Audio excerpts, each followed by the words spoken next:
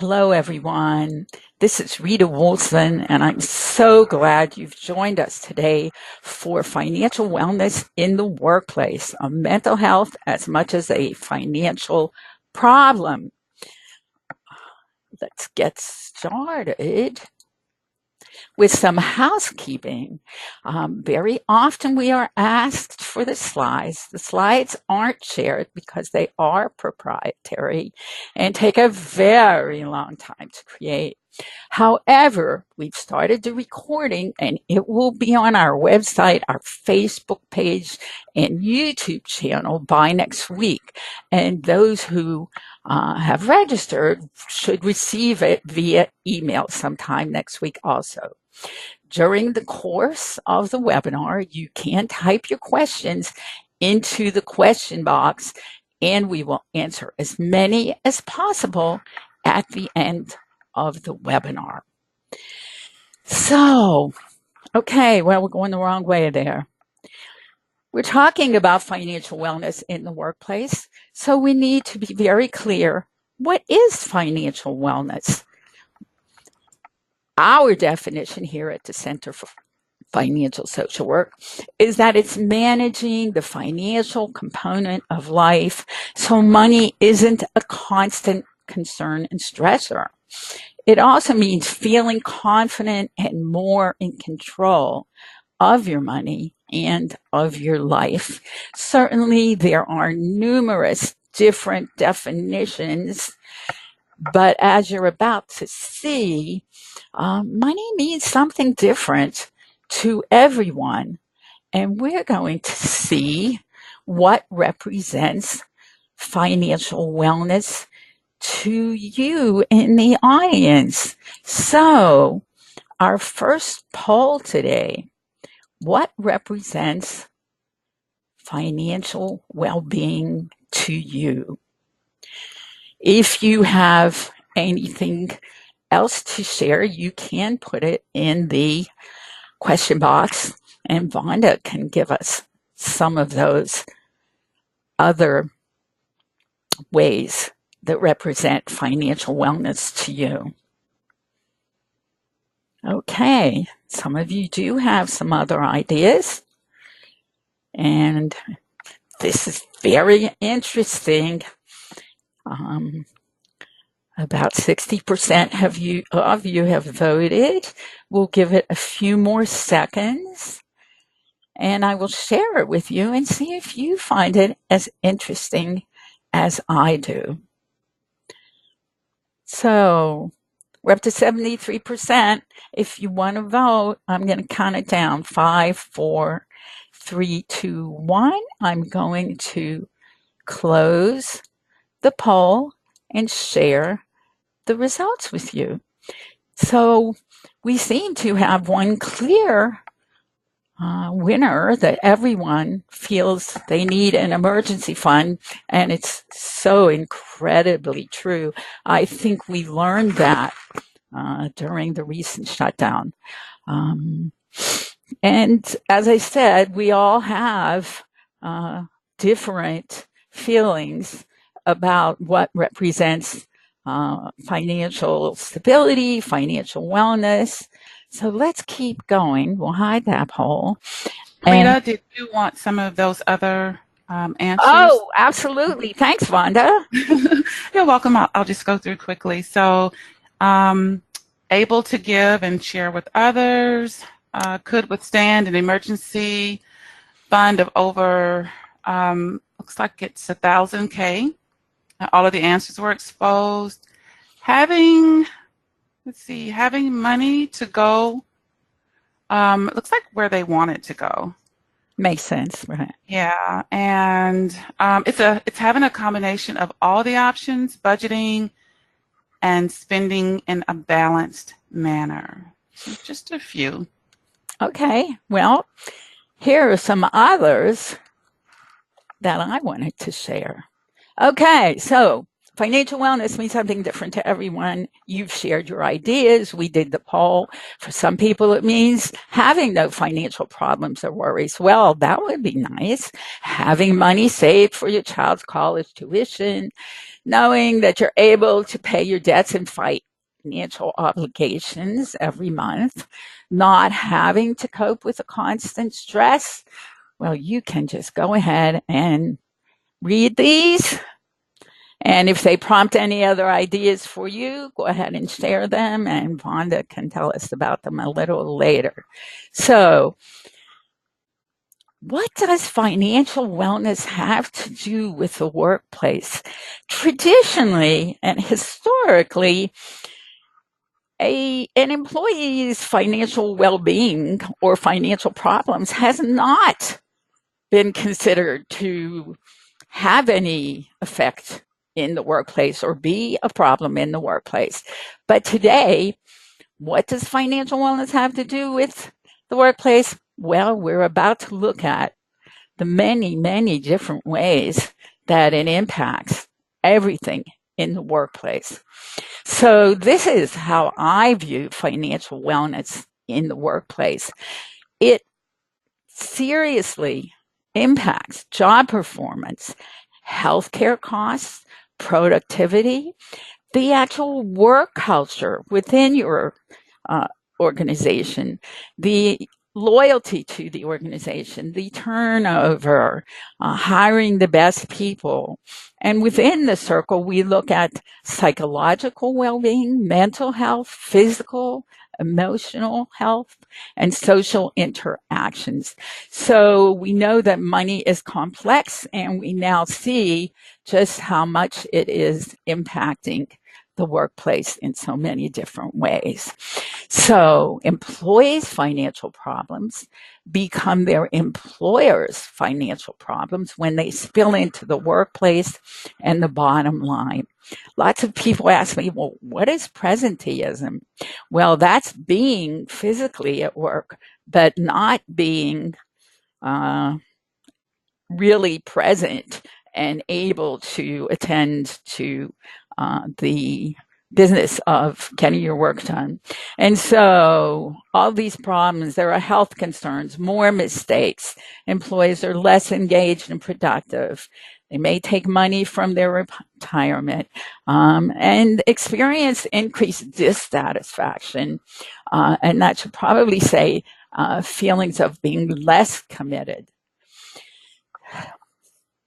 Employees with financial problems do grow less productive. They are late to work more. They take time off for court dates and are often diagnosed with mental health conditions. There are unexpected money emergencies and daily expenses that require additional revenue. Lots of things going on in the workplace when employees have financial stress. So, what percentage of your colleagues or staff do you think might be experiencing financial stress? Let's do this next poll. And I'm launching it. And waiting to see. We do have some very strong feelings here, which is always great. And a lot of you feel pretty confident with your percentages, and I think I know why. So 85% of you have voted. Anyone else that wants to vote, I'll go ahead and give you 3 more seconds. And I'm about to close it. Let's take a look at what you believe. So that's why you're here, right? You know that your employees or colleagues are struggling financially. It's the reality today. A sad reality, but a reality, and that's why we're spending all this time together looking at what this is and how to address it. So, close that poll, and we'll go ahead. So, you might ask, Why don't employees, why doesn't anyone, family, relatives, any of us, why don't we try harder to improve our financial well-being? So many answers to begin with. Lots of people don't know how. Many don't have any financial goals. There's always that fear of making money mistakes. People don't know where to start. They don't know where to go to get help. They feel they're already doing the best they can. They don't think they can do better. They have no idea how to talk about money. They're too embarrassed to talk about their finances. Even in this day and age, we still don't talk about money. There is that taboo. It remains prevalent. Many people feel they can't do any more than survive from paycheck to paycheck. Of course, what we're talking about here is we need to change all of that and help people have more hope, because hopelessness closes the door to change. And what we're talking about is creating sustainable long-term financial wellness. And this is how we're going to do it, through behavioral change. So financial stress in the workplace is on the rise. It has been on the rise for a while. Why? Because we don't have retirement savings. The high percentage of consumerism, the unexpected expense without having any backup emergency funds to cover them. The cost of living is rising. Debt and credit cards. Credit card debt reached its highest amount ever at the end of December and just keeps rising. There's the cost of childcare, healthcare. Student loan debt is as high as it's ever been. So there's a lot of considerations and a lot of reasons, but none of them are going to help to create better financial wellness in the workplace. And they're going to do a lot to create mental health problems in the workplace. So we know some of the reasons, like stagnant wages, the sandwich generation, where mostly women, but often some men have child caring responsibilities along with caring for their parents or other family members. And we've mentioned the increased cost of living, certainly the lack of debt management skills, and the greater share of financial responsibility. The expectations placed on most Americans are pretty staggering, and they have no idea how to address them or cope with them. So, of course, we have different generations, and each has different stressors and different needs. So we're showing you how millennials say their student loans have an impact on their ability to meet other financial goals, which is understandable. Generation X, 37 to 51, 56% of them state that their top financial concern is not having enough emergency savings for unexpected expenses. And you all indicated that that was your number one concern also. And baby boomers, their plan to postpone retirement because they don't have enough saved, that not only directly impacts the workplace, but indirectly with higher healthcare costs. Okay. This is our third of 5 polls. We really love the opportunity to be able to get your thoughts and ideas and responses to our polls.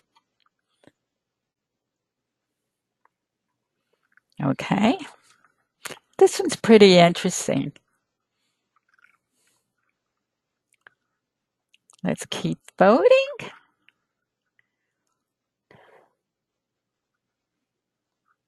And about 80% of you have voted.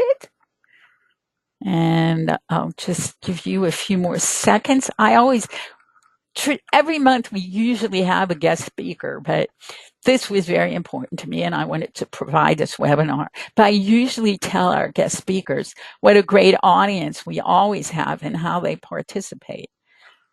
Okay, I am trying to close this poll and my mouse is not cooperating. This is not good. Okay.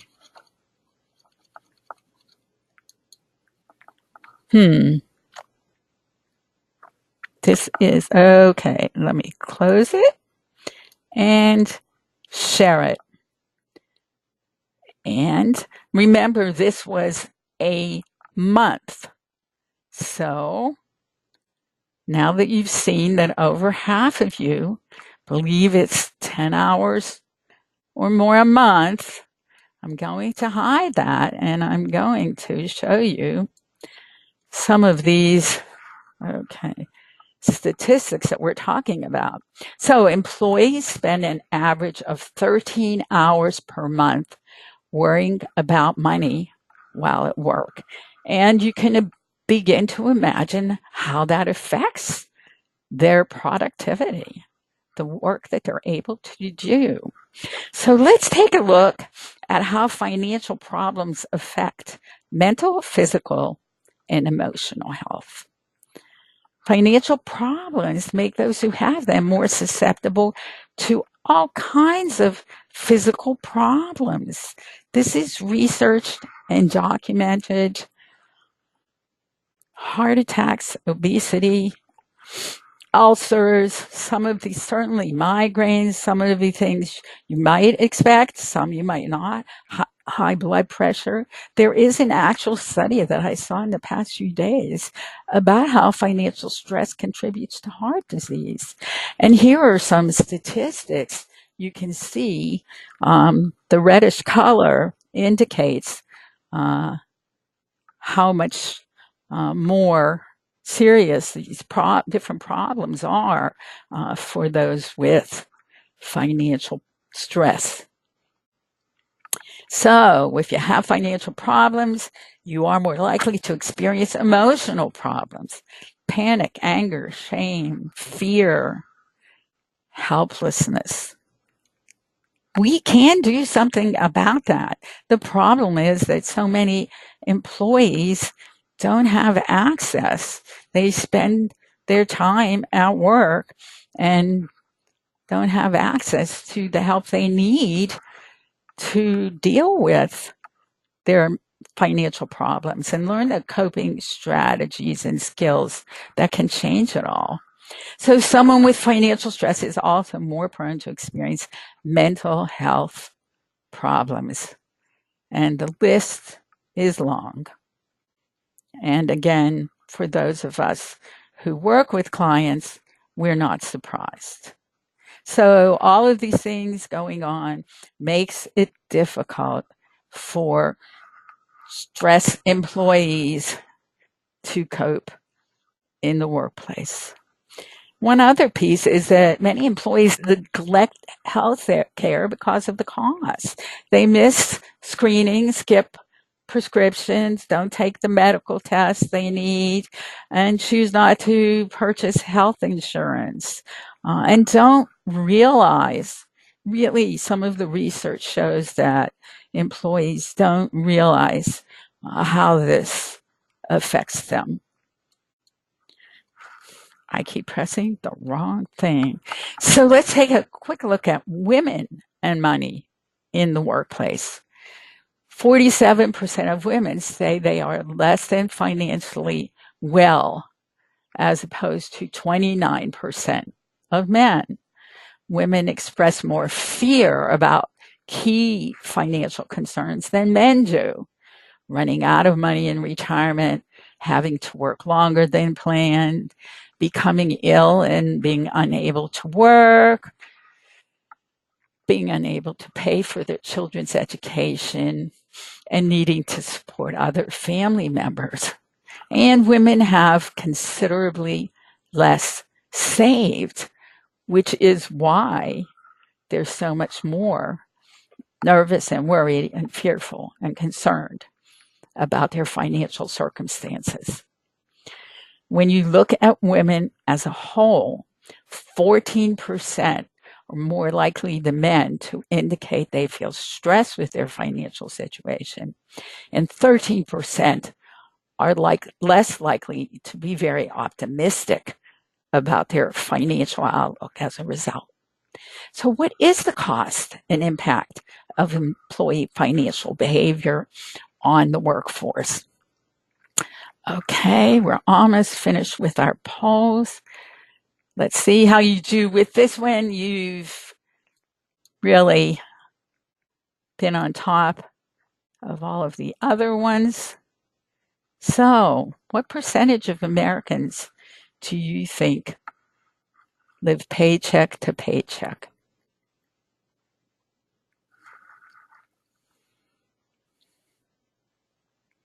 Okay. You are a great group. I'll give you a few more seconds. Sometimes we do have to stretch it a little to give everybody a chance, but you're great. So I'm going to go ahead and close this and share it with you. And then we're going to go on to see how right you were. I can give you this hint. You were very right. Okay. We'll hide that. I think we only have one more poll. But let's take a look at this then.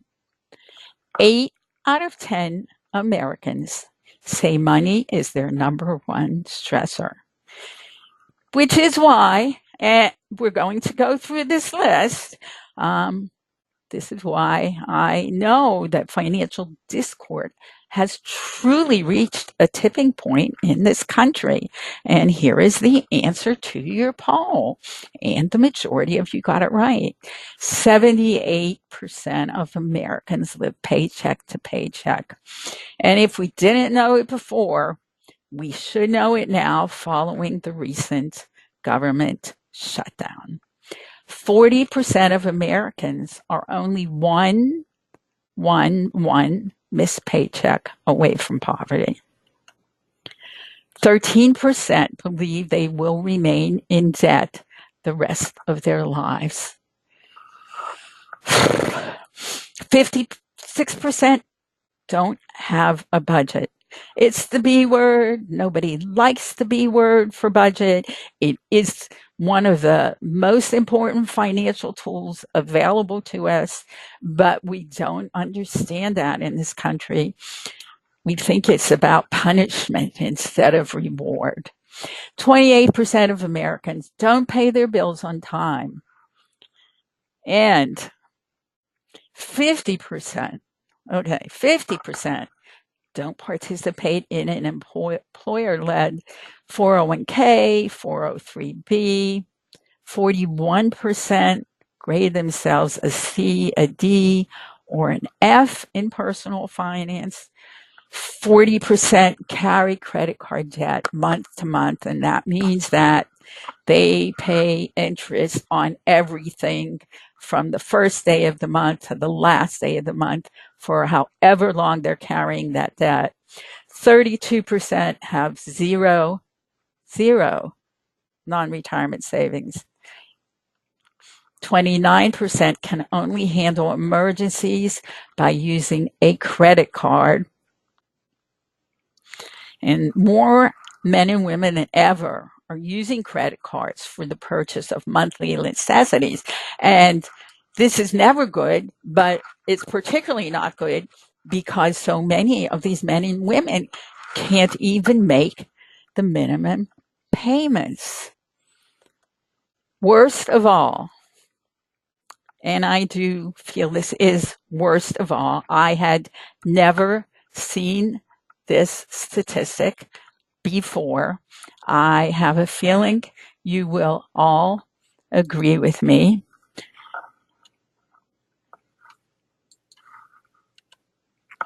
21% of Americans believe winning the lottery is the most viable way to fund retirement. I am not making that up. So we know there's a wide range of feelings and issues with money, which is why we need financial wellness programs in the workplace and why they are a mental health as much as a financial problem. Let's take a look at the benefits, the return on the investment of offering staff financial wellness in the workplace. 80% or more of employees are affected by financial stress. The overall cost of stress to American businesses is estimated at over $300 billion a year. Part of that is unscheduled absenteeism. So they're saying $750,000. We're looking at $7,000 per employee in reduced productivity, $29,000 in workplace accidents because of financial problems, and $8,000 per employee in replacing employees that leave for financial reasons. According to Human Resources Magazine, more than 53% of financially stressed employees spend time dealing with their financial issues while on the clock. We saw the statistic of 13 hours a month earlier on, which averages 3 or 4 hours a week. So what can employers expect as a return on investment? They can expect $450 per employee in positive job outcomes, a return of $3 for every $1 spent on employee wellness in the workplace. And this comes in the form of reduced turnover, higher retention levels, lower healthcare costs, improved job performance, fewer ethical and integrity challenges, reduced absenteeism, and improved presenteeism. So let's do our final poll, which asks you, what can employers expect from investing in employee financial wellness? Okay, I'm launching it.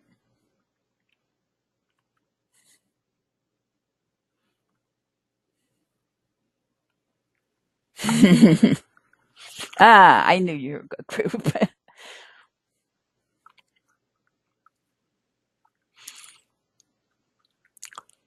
We will wait a few more seconds and I will share your results and share what we have as ROI of increasing employee financial well-being.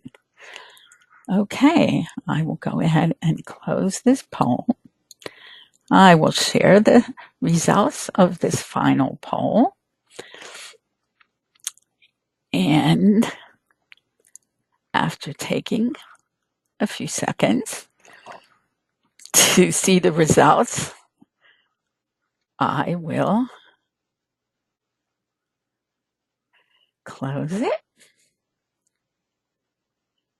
And is it closed, Fonda? I am showing it closed, Rita. Great, thanks a lot.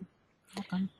Okay, so the return on investment, ability to attract and retain workers, better business stability during economic volatility, reduced operating costs. These statistics, these figures say it's $348 per sick day on average when employees miss work, higher employee engagement and commitment to the company, and fewer personal financial distractions, which are estimated at around $5,000 annual savings per employee. And one big one is higher participation in employer provided benefits and retirement funding.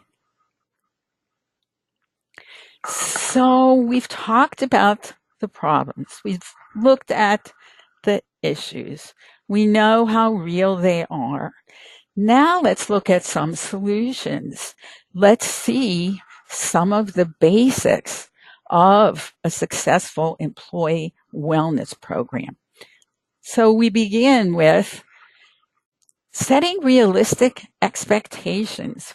When we engage employees into examining and learning about their finances and help them understand what is and isn't realistic, we begin the journey to financial wellness. We help them begin that journey.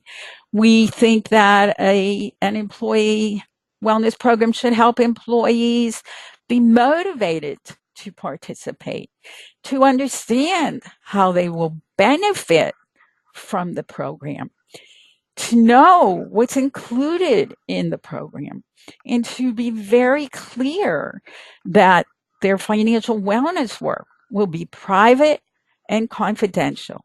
Again, money is not something that we talk about. It is taboo. And learning how to talk about it, when and where to discuss it in healthy ways.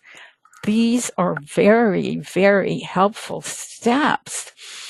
We think that a financial wellness program should help employees be more prepared to cope with financial stress, to become more engaged in their own financial lives, to understand why they've been struggling financially, and really, really important, to discover that they no longer have to struggle financially. These are some real keys to change, and change is what's necessary if we're going to help employees do better at work, in their lives, and at home. We want to help staff understand and recognize their financial health depends more on their behavior than on their income. So many exciting ways to do that too. And we want this program to help employees make positive change, manage day-to-day finances, experience incremental progress, be aware of their monthly living expenses, and to know, learn from, and revise their money stories. This is the foundation of our money lives. Very exciting work.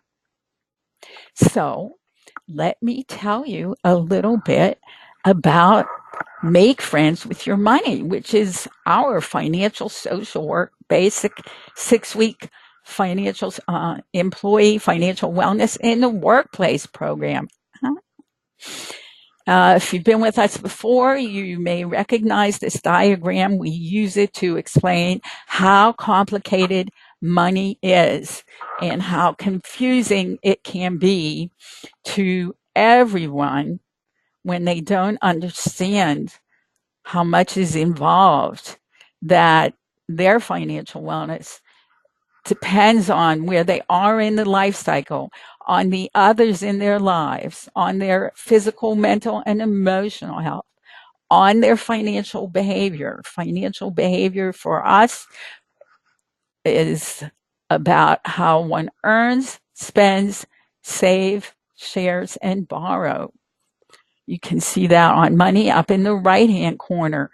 And of course, society plays such a significant role through social media, through politics, and consumerism.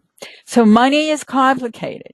So what we approach this with is how to make friends with your money. And our 6-week program is the time and cost effective method for introducing financial wellness in your workplace and discovering the difference it can make for your employees and for your organization's bottom line. It's a dynamic approach that supports behavioral change and success. That's what has to happen. It motivates employees to choose to create financial well-being. It is a choice.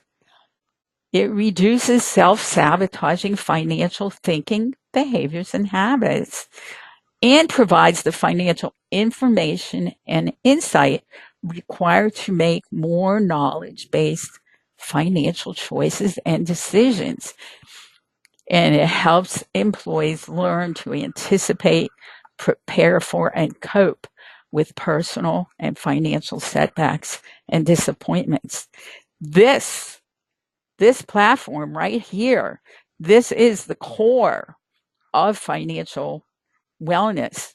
When we accomplish these goals, everything changes for the individual and for the workplace. So the 6-week program, week 1 is about knowing and owning your money story. And I have already talked about the importance of the money story. Then, of course, consumer credit and debt basics.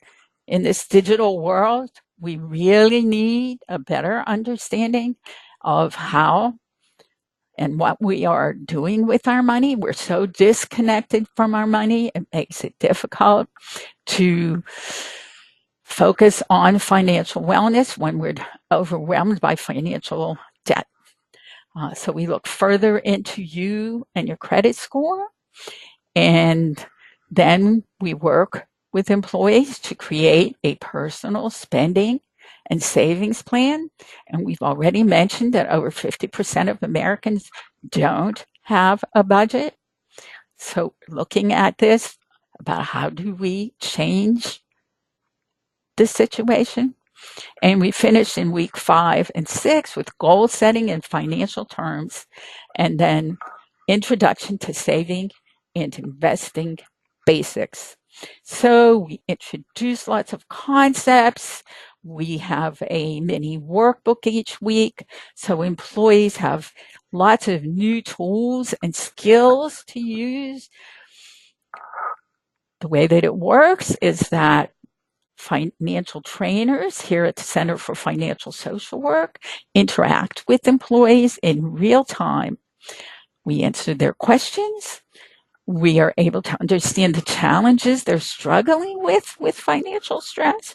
We can teach how to think, feel, and talk about money more positively.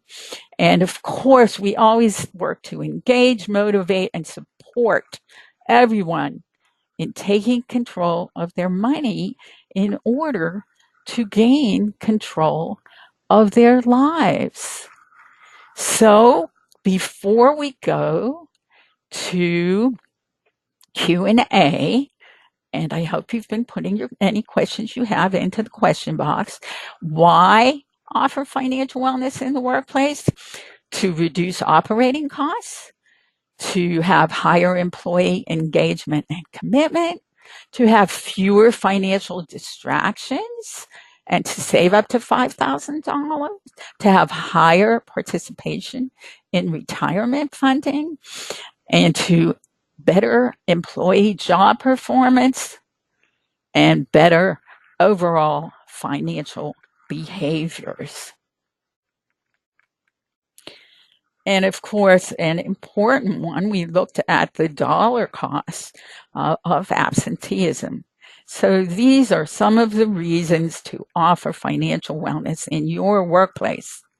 So we are about to go to the Q&A, but first I wanted you to know about Our next two free webinars in March, we're doing equitable compensation for behavior health and human service professionals. We have a guest speaker.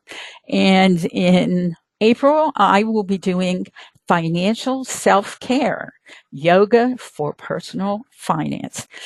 April is Financial Literacy Month, so we wanted to do something a little different. Now, Vonda, can you please see if you have any questions for me? We have a good amount of time. I do want to tell everyone that you should be able to download our brand new Financial Wellness in the Workbook ebook very shortly from our website. And from the website, you can also request a free consultation if you'd like to talk to us about financial wellness in your workplace. Do we have any questions? Yes, we do, Rita. As a matter of fact, remind me to put that link in toward the end of the webinar. I just put it in chat that we will provide a link to that free ebook, which goes into more depth regarding this topic. So just put that there. All right, so we have a question that says, what is the cost of the financial social work Make Friends with Your Money program? Well, we would need to discuss that with you. For one thing, it depends on how many employees are involved. So you can definitely shoot me an email and we can schedule a time to talk and see the needs of your workplace. But I appreciate the question. We have numerous different programs. But as I stated in the webinar, this is an excellent way to introduce financial wellness in the workplace. And we have so much experience and confidence in the program that we know you will see the benefits in a matter of 1 or 2 sessions and maybe one more. Okay, let's see. Is the program virtual? It is virtual. It is. And my screen moved because the questions are coming in. Go ahead, Rita. I'll see if I can find that question because it was a two-part. So okay. Well, any of you that have done your own webinars know that the technology is great when it works and can be frustrating when it doesn't. So I think Vonda will probably find the question, but I can say it is virtual. And we use the Zoom platform so we can see each other and we are in real time and we can discuss any questions that come up. But there is also a definite instructional part. And I mentioned that every employee receives a mini workbook each week. So they have not only some exercises to help them move their lives forwards, but they have specific skills and tools to reinforce that learning and refer to in the future. So thanks for the question. How do you encourage employees to work with a financial coach when it is an optional activity that's part of an employer is not listed as an employee benefit? So I think they're asking, how do you encourage employees to work with a financial coach when it's actually optional and it's really not part of a benefit or a training program? Well, I understand the question, but I would have to say that I absolutely think it is a benefit. And I would hope and wish that the organization included it as a benefit. Engaging, I'm sorry, I have to finish this. I'm sorry. I'm sorry. It's okay. I feel so strongly about this, and it's such a great question. Engaging employees. I think I talked some about it in the ebook. And as I was going through the webinar, I was thinking, oh, I'd really like to talk about this more. I'd like to talk about that more. But this is a really important one. And the only way to engage employees to is probably to mandate it. You can try to incentivize it, but the way that we do it is to have an approach that really is life changing. And I know that financial social work is able to do that because thousands of our graduates have shared their stories with us. So we can, we all know we work in these, in human services and mental health. We can't do the work for the client. The client has to take ownership, whether the client is an employee, a supervisor, a friend, a parent. So the only and best way to truly engage anyone is to make it compelling, is to make it interesting, is to help that person have more than a few aha moments. Financial problems are overwhelming and they're so stressful. And really, I think at the beginning of the webinar, I had a slide that says, so why don't we work to improve our financial well-being? Well, we don't know how. Many people don't know how. They don't know where. They don't think they can. Well, we have to address all of those barriers. And we can't do them all at once. But the fact is, the financial wellness, and I very specifically cover this in the ebook towards the very end, it's about a lot more than dollars, cents, and budgets. It really is a mental health issue because of all of the stress it creates. It's really, when I say it's more than dollars and cents, we have to work to help our clients, whoever and wherever they are, to understand it's their thoughts, feelings, and attitudes about money that drive their financial behavior, which is how we earn, spend, save, share, and borrow.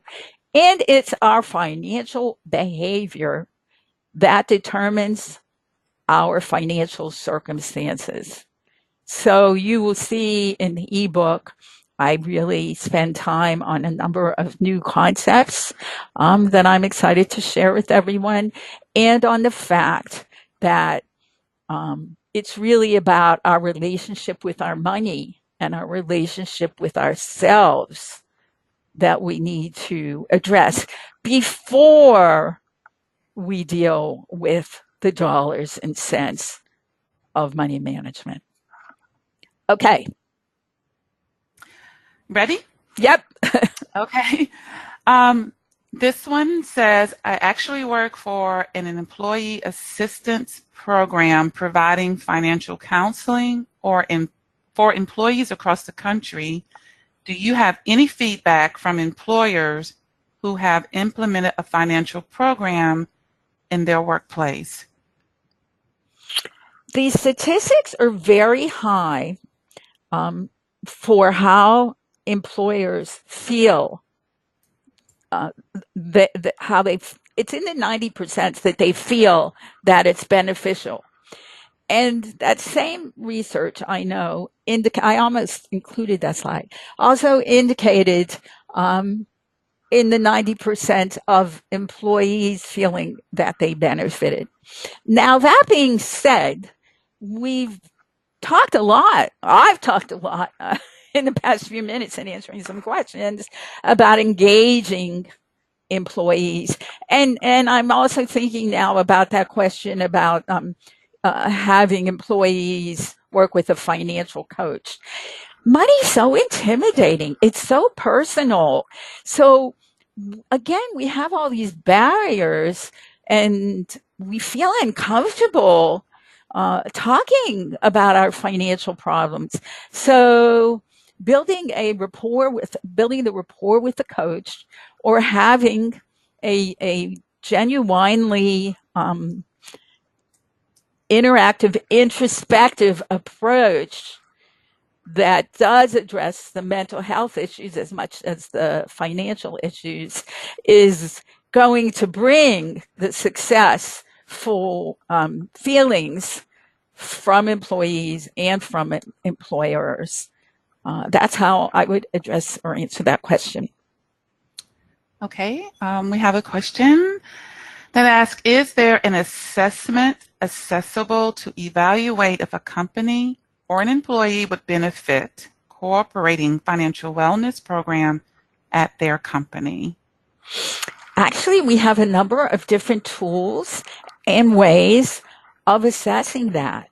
And that's going to depend again on where the company is at and what their overview of the workplace is. And we can do an overall assessment, or we have an employee assessment that could provide insight into how your employees are doing. Again, all of this, needs to be confidential. That's the only way we're going to get employees to participate. Again, remembering just how personal money is and how ill-equipped so many people are to deal with it. Great question. Thanks. Be in touch. And there's my email, but we also have the form on the website. And Vonda and I are happy to discuss any and all of this with you. Okay, Rita, I think we might have time for maybe about 2 or 3 more before I put the link in the chat to the ebook. We have a question that asks, how many employers are currently engaged in your program? How long do people receive coaching? Is that a part of how your contract is negotiated? Well, we're not saying that this is a coaching program. This is a financial wellness in the workplace introduction program. And we do offer longer programs, 10-week programs. We do create a variety of approaches. We can combine different approaches. We could do the introduction 6 weeks and move on to coaching. We can do group coaching. We also do group support groups for financial wellness. The needs of the organization determine what this looks like. And we develop that plan based on either assessments, discussions, what the organization and what our experience combined, the organization and our experience indicates would be most successful in that organization. No one coaching approach, no one therapy. We all in this field understand and know that different clients and different populations and different organizations need different things. And sometimes people within the organization, employees within an organization, need different things.